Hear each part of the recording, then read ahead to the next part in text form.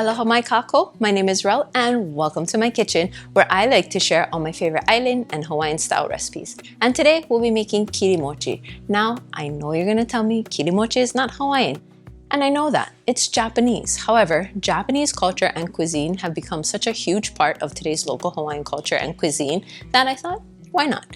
Now, kirimochi translates to cut rice cakes, and you can find them in the Asian aisle at most grocery stores. But I thought, let's try and make some. And when I looked up trying to find the recipe online, I couldn't find a recipe that showed me how to make it from scratch. I found a bunch of different recipes that showed me how to eat it, but not something to make it from scratch. So I thought, let's make it myself. So traditional mochi is made steaming sweet rice, and you put that into a wooden or stone bowl called an uru, and you pound it with a woolen mallet called a kine. Now, I don't have those here.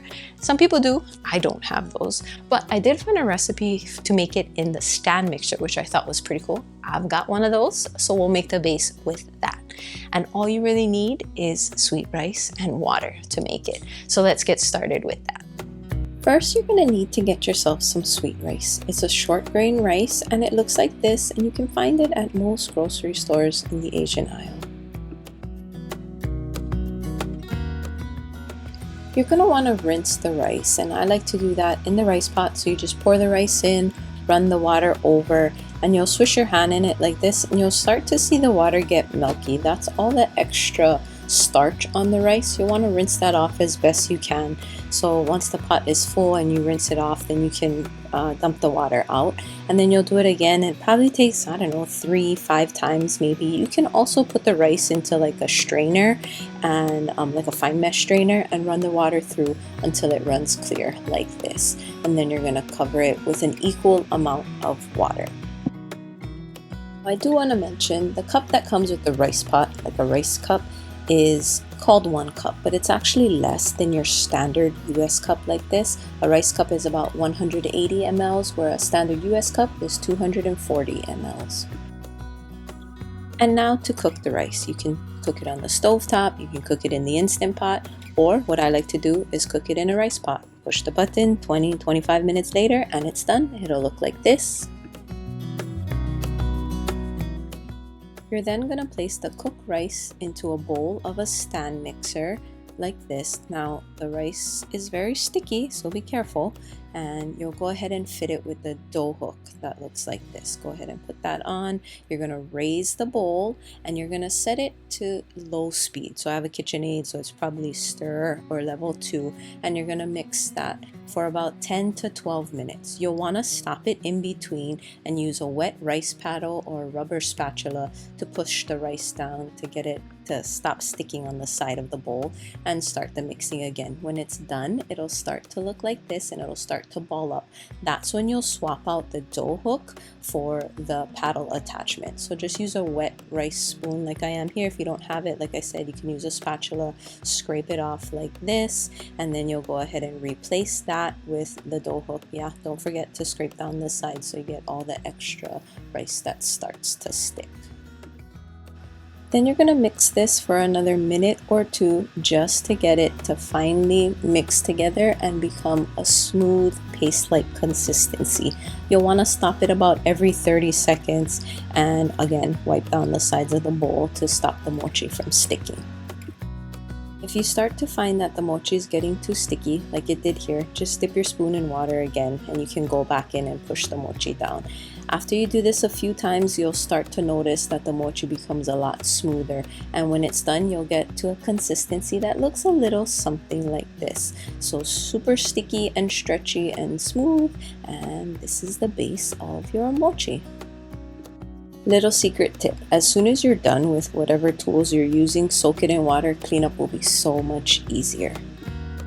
Now you'll want to remove the mochi from the stand mixer bowl. So I like to use the rice scooper, it just works really well. Dip it in water, scrape down the sides like this. And then we're going to transfer the mochi into a zip top bag like this. So I like to put it in a bowl or something to kind of hold it up. If you have those bag holders, that would be great. I should really get myself some of those. But anyway, you'll scoop the mochi into the bag. Remember, it's very sticky, so keep wetting your rice spoon if you need. Scoop that all into the bag and try to get every last drop out of the the stand mixer. And then we'll shape the mochi. So remove the bag from the bowl, and then what we're going to do is flatten it out. Now don't zip it up just quite yet. So put it down, and I like to use a rolling pin, but you can use a cup or whatever you want. And you'll just want to spread the mochi out in the bag as best as you can.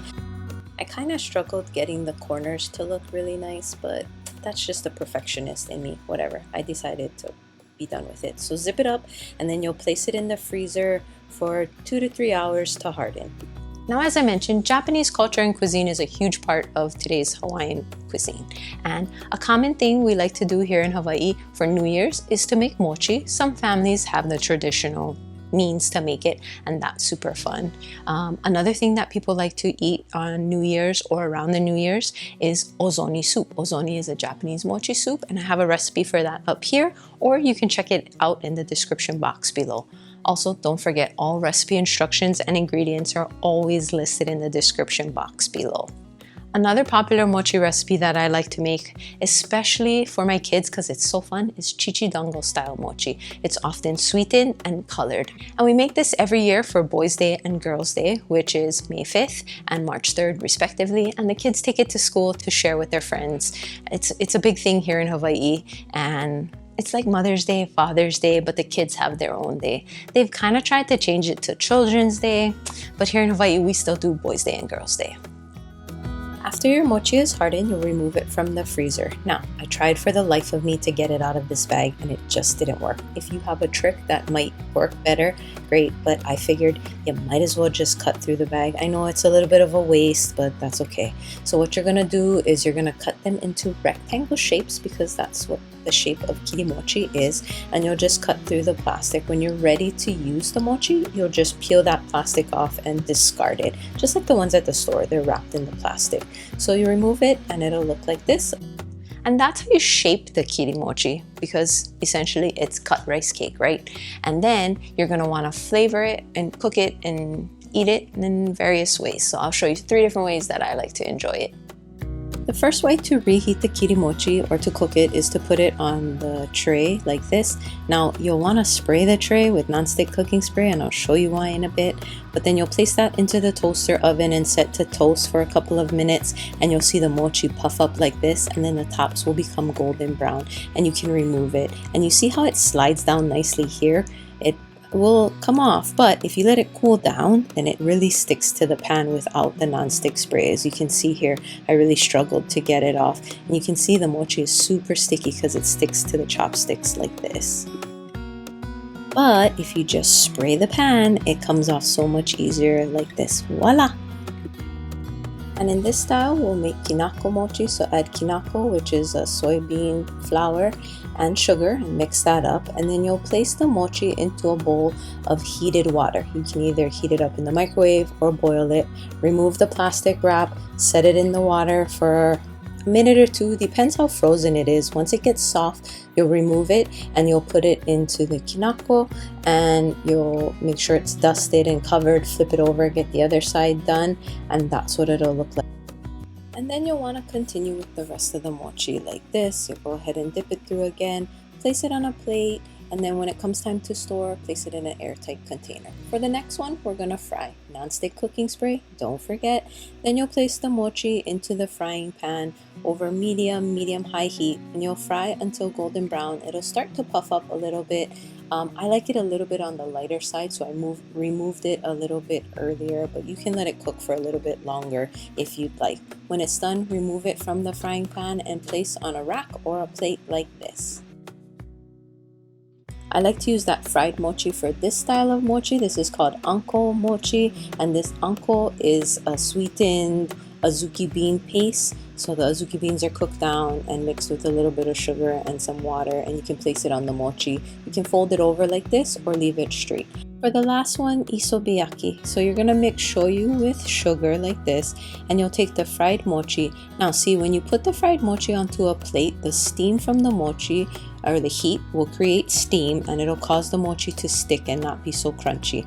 If you let it cool on a cooling rack, it'll keep its crunchy exterior. And then you'll just dip the mochi into the shoyu sugar mix like this. And then what you're gonna do is you're gonna take a piece of nori. Nori is dried seaweed. You'll cut it into strips and you'll wrap the mochi like this. This is more of like a savory option. Kind of looks like a musubi, but then you can enjoy that like this. These are 3 different ways you can enjoy kirimochi. And that's how you make homemade kirimochi from scratch. If you like this recipe and you want to check out all things mochi, then check out this playlist here. Or if you'd like to see what YouTube thinks you should watch, then watch this video here. And until next time, ahui ho! Thank you for watching my mom's video.